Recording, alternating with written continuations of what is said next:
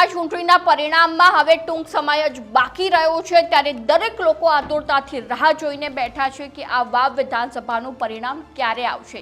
જ્યારે બીજી બાજુ સ્થાનિક સ્વરાજ્યની ચૂંટણીઓ પણ ટૂંક સમયમાં યોજાવાની છે અને તે વચ્ચે ભાજપ પણ નવું સંગઠન યોજવા જઈ રહ્યું છે। તેને લઈને આવી પરિસ્થિતિમાં ભાજપ રણનીતિઓ બનાવવામાં વ્યસ્ત દેખાઈ રહ્યું છે। નમસ્કાર, ન્યૂઝ રૂમની સાથે હું છું મેક્ષુ ઠાકર। 23 નવેમ્બર ભાજપ સરકાર માટે આવનારી વિધાનસભાની ચૂંટણીઓમાં નિર્ણાયક રૂપ સાબિત થઈ શકે છે, કારણ કે આ તારીખે વાવ વિધાનસભાની પેટા ચૂંટણીની સાથે સાથે મહારાષ્ટ્ર અને ઝારખંડની વિધાનસભા ચૂંટણીનું પરિણામ પણ આવવાનું છે।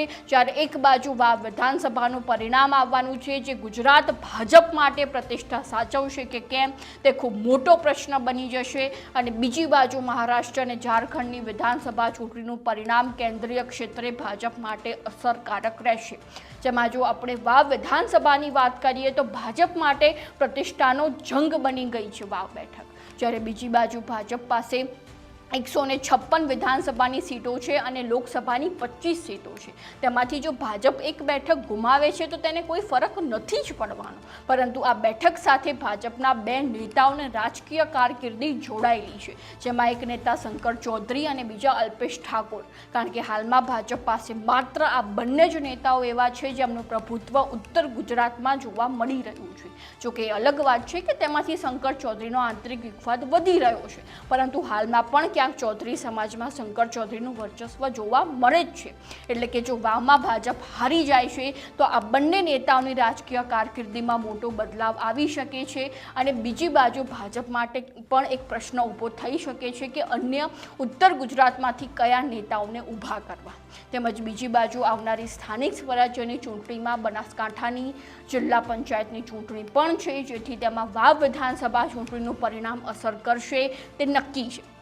અને જો ભાજપની હાર વાવમાં થાય છે તો બનાસકાંઠાની જિલ્લા પંચાયતમાં જીત મેળવવા માટે ભાજપે અત્યંત મહેનત કરવી પડશે, તે સ્વાભાવિક છે। તેમજ બીજી બાજુ સ્થાનિક સ્વરાજ્યની ચૂંટણી આ વખતે ભાજપ માટે જીતવી અઘરી પણ છે, કારણ કે ભાજપને ગ્રામ્ય વિસ્તારોમાં હંમેશાથી મિશ્ર પ્રતિસાદ મળે છે, જ્યારે શહેરી વિસ્તારોમાં ભાજપને મોટી વોટ બેંક જોવા મળતી હોય છે। તે વચ્ચે હવે એવા સમાચાર પણ મળી રહ્યા છે કે આ વખતની સ્થાનિક સ્વરાજ્યની ચૂંટણીમાં પહેલા પાલિકાઓની ચૂંટણીનું આયોજન થશે અને તેના પરિણામ આવ્યા બાદ પંચાયતોની ચૂંટણી યોજવામાં આવશે। આપણે જણાવી દઈએ કે ગઈ સ્વરાજ્યની ચૂંટણીમાં પણ આ રીતે જ ચૂંટણી પ્રક્રિયા યોજાઈ હતી અને આ વખતે પણ તે જ રીતથી ચૂંટણી યોજાશે તેવી સંભાવનાઓ હાલમાં વ્યક્ત કરવામાં આવી રહી છે। હવે આ ચૂંટણી પ્રક્રિયા લાગુ કરવા પાછળ ભાજપના બે ગણિત હોઈ શકે, જેમાં પહેલું ગણિત છે કે જો પંચાયત અને પાલિકાની ચૂંટણી અલગ અલગ સમયે યોજાશે તો ચૂંટણીનો પ્રચાર વ્યવસ્થિત રીતે થઈ શકે, તેમાં ચૂંટણીનું સંચાલન પણ સારી રીતે થઈ શકે, કારણ કે એક સાથે 78 નગરપાલિકાઓ, 17 તાલુકા પંચાયતો અને 4000 જેટલી ગ્રામ પંચાયતોમાં ચૂંટણીનું આયોજન કરવું જટિલ થઈ જતું હોય છે।